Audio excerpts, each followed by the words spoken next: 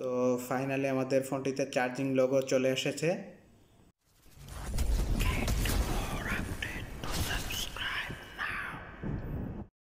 আসসালামু আলাইকুম, আমি মোহাম্মদ মারুফ আহমেদ, মোবাইল ফিক্স 2.4 ইউটিউব চ্যানেলের পক্ষ হতে আবার আপনাকে স্বাগতম। তো গাইস, ফাইনালি আমরা অনেকদিন পর আবার একটি নতুন ভিন্ন ধারার ভিডিও নিয়ে আপনাদের মাঝে উপস্থিত হয়েছি। হয়তোবা টাইটেল থাম্বনেল দেখে বুঝতে পেরে গেছেন। এটি আমার হাতে যে ফোনটি দেখতে পাচ্ছেন, এটি হচ্ছে নোভা 3। এটার প্রবলেম হচ্ছে এটা সম্পূর্ণ ডেড, কোনো প্রকার পাওয়ার সাপ্লাই রিডিং দেখে না। তারপরে দেখেন চার্জে দিয়ে রাখছি, এখানে কোনো প্রকার চার্জারেও কোনো প্রকার ভোল্টেজ নিতেছে এরকম কোনো কিছু দেখাইতেছে না। তো এখন আমরা এটা কাজ করব। যেহেতু মাদারবোর্ডটা খুলছি, দেখেন এইখানে আমরা মাদারবোর্ডটা খোলার পর যে জিনিসটা পাইছি সেটা হচ্ছে, দেখেন আপনাকে ভালো করে দেখানোর চেষ্টা করতেছি। এখানে পানি যাওয়ার কারণে ওখানে ফাঙ্গাস ধরে গেছে, যেটাকে আমরা কার্বন বলি, অনেকে অনেক রকমভাবে বলে থাকি। তো এখন আপনাকে আমরা দেখানোর চেষ্টা করব যে এরকম সমস্যাজনিত যে ফোনগুলো আমাদের কাছে আসে কিভাবে আমরা এটা সার্ভিসিং করে থাকি। তো ভিডিওটা হয়তো বা একটু লং হয়ে যাবে, তারপর আপনি ফুল ভিডিও না টেনে দেখার চেষ্টা করবেন, হয়তো বা অনেক কিছু এখান থেকে আপনার বোঝার আছে, জানার আছে। দেখুন, আমি আবারও বলছি, এটা হচ্ছে নোভা 3, হাওয়াই ব্র্যান্ডের একটি মোবাইল। তো অনেক সময় এরকম সমস্যা হয়ে যায়, পানিতে পড়বে, এটা স্বাভাবিক কিছু, হাত থেকে পড়ে যায়, পানিতে পড়ে যায়। তো সামান্য পানি যাওয়ার কারণে এরকম হয়ে থাকে। তো দেখুন, এটা আমি এখন মাইক্রোস্কোপে নিয়ে আপনাদেরকে দেখানোর চেষ্টা করব। তো এখন হয়তো বা একটু ভালোভাবে দেখা যাইতেছে যে ওখানে পানি যাওয়ার কারণে কি পরিমাণ ওইখানে প্রেশার ক্রিয়েট হয়েছিল, ভোল্টেজ যেহেতু ছিল ওই সময়, যার কারণে ওইখান থেকে ডিসকানেক্ট হয়ে গেছে। পাওয়ার আইসিতে যে ইনপুট ভোল্টেজ আছে ওইখানে দেখেন, ওইখানে মূলত এটা প্রবলেমটা হয়েছে, যার কারণে নীল দেখাইতেছে। পাওয়ার সাপ্লাইতেও কোনো কিছু দেখাইতেছে না, চার্জ দিলেও কোনো কিছু হইতেছে না, এরকমটা হয়ে গেছে। তখন আমরা যেটা করব সেটা হচ্ছে, এখানে আমরা একটু ফার্স্ট অবস্থায় যে স্টিলটা আছে এটা কেটে নেওয়ার চেষ্টা করব।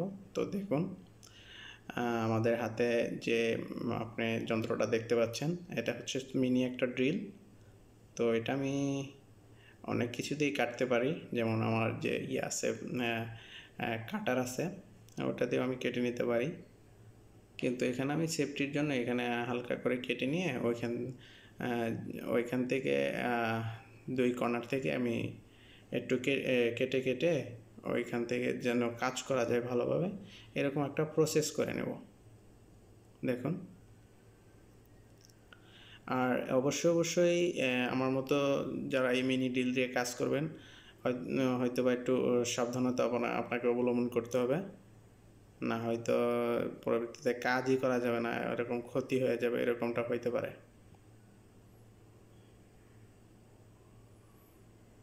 তো ফাইনালি আমরা আমার যে স্টিল প্যানটা আছে এটা কেটে ফেলছি দুই সাইড থেকে। তো যেহেতু স্টিলটা পরিপূর্ণভাবে না উঠাইলে কাজ করা যাবে না, সেহেতু আমরা দুই সাইড থেকে ড্রিলের মাধ্যমে কেটে নিয়ে স্টিলটা এখানে একটু জায়গা বের করছি এখানে কাজ করার জন্য।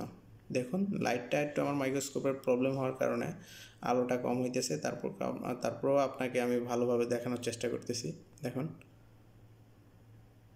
দেখা যাচ্ছে। তো এখন আপনাকে যেটা করতে হবে, এখানে দেখুন আমি থিনার দিয়ে নিতেছি একটু, তারপর এটা একটু ওয়াশ করে নিতে হবে। দেখুন, আমি ব্রাশ দিয়ে ভালোভাবে এটা ওয়াশ করে নিতেছি, একটু ঘষে ঘষে ভালোভাবে, যাতে কোনো প্রকার এই ময়লাগুলো না থাকে, পানি যাওয়ার কারণে যে ফাঙ্গাসগুলো তৈরি হয়েছে ওগুলা যেন না থাকে। খুব ভালোভাবে আপনাকে সেটা পরিষ্কার করে নিতে হবে। দেখুন, স্মুথলি আমি করতেছি। মোটামুটি যে ঝংটা ছিল, লোহাতে যেরকম ঝং ধরে ওরকম ঝংটা ছিল, ওটা কেটে গেছে মোটামুটি, এখন পরিষ্কার হয়ে গেছে। তো আমরা এটা মেপে নিয়েছি, ওইখানে ভিতরে যে ইনপুট লাইনটা আছে পাওয়ারের, মূলত ওই ক্যাপাসিটরটা শর্ট হয়ে গেছে। তো এখানে আমরা একটু পেস্ট ফ্লক্স পেস্ট দিয়ে নিলাম, যেহেতু এখানে পানি গিয়েছিল। আমরা এটাকে ভালোভাবে একটু রিহট করে নেব। রিহট করে নেওয়ার পর দেখি ক্যাপাসিটরটা চেঞ্জ করে দেওয়া হবে। তো দেখতে থাকুন বাকি কাজটুকু কিভাবে করা হয়। তো আমরা এখানে দেখুন রিহট করে নিতেছি। আর আইসি উঠানোর ক্ষেত্রে যে পরিমাণ আপনার এখানে হিট প্রয়োজন হয় কিংবা এয়ার প্রয়োজন হয়, ওই পরিমাণ টেম্পারেচার এখানে আমরা ইউজ করতেছি, এয়ার ইউজ করতেছি। দেখুন তো মোটামুটি একটু রিহট হয়ে গেছে। আমরা চেষ্টা করব পাওয়ার আইসিটা একটু লাড়িয়ে চাড়িয়ে দেওয়ার জন্য, যেহেতু পানি গেছে ভিতরে যে বলগুলো আছে ওগুলো যেন একটু রিসোল্ডিং হয়। তো দেখুন এখানে আমরা ক্যাপাসিটরটি ওইখান থেকে রিমুভ করে দিলাম। রিমুভ করে দেওয়ার পর আমরা যেটা করব, চেষ্টা করব যাতে হালকা করে একটু আলতো করে পাওয়ার আইসিটা একটু এদিকে সেদিকে হালকা একটু লাড়াচাড়া দেওয়া যায়, একটু একটু হালকা করে লাড়িয়ে দেওয়া। দেখুন আমি চেষ্টা করতেছি। দেখুন আপনারা ক্যামেরাতে দেখতে পাচ্ছেন কিনা সম্পূর্ণভাবে। এই যে এটা কীভাবে লড়তেছে দেখুন। আমাদের যে কয়েলটা আছে এখানে, কয়েলটা একটু লাড়িয়ে দিলাম। দেখুন ওই রকমভাবে পাওয়ার আইসিটা লাড়িয়ে দেবো। সম্পূর্ণ হিট হয় নাই, যার কারণে একটু দেরি হইতেছে। দেখতে থাকুন।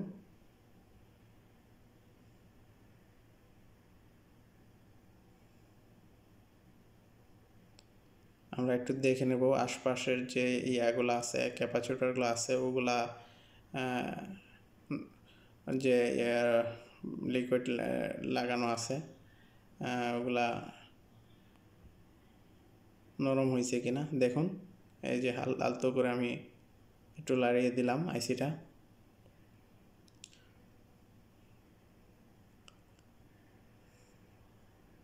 তো এই ক্যাপাসিটরটা আমরা রিমুভ করে দিছি এখান থেকে। এখানে আমরা আরেকটি এই মাপের ক্যাপাসিটর লাগিয়ে দেব। তো আমরা অন্য একটি মাদারবোর্ড থেকে একই মাপের ক্যাপাসিটর খুলে রেখেছিলাম, ওটা এখানে আবার আমরা ইনস্টল করে দেব এখানে। দেখুন হয়তোবা আমি ওইরকমভাবে গুছায় কথা বলতে পারতেছি না, আপনারা একটু ধৈর্য সহকারে দেখার চেষ্টা করবেন।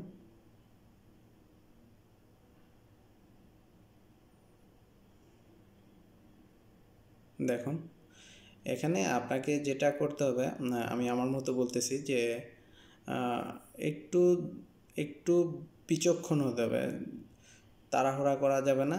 হয়তোবা দেখা যাবে আপনি এখানে একটু ক্যাপাসিটার লড়াই দিতে যায় আইসিটা ওইখান থেকে এলোমেলো হয়ে গেছে, ভিতরে বল অ্যাডজাস্ট হয়ে গেছে, এরকম কিছু যেন না হয়, সেদিকে আপনাকে ভালোভাবে খেয়াল রাখতে হবে।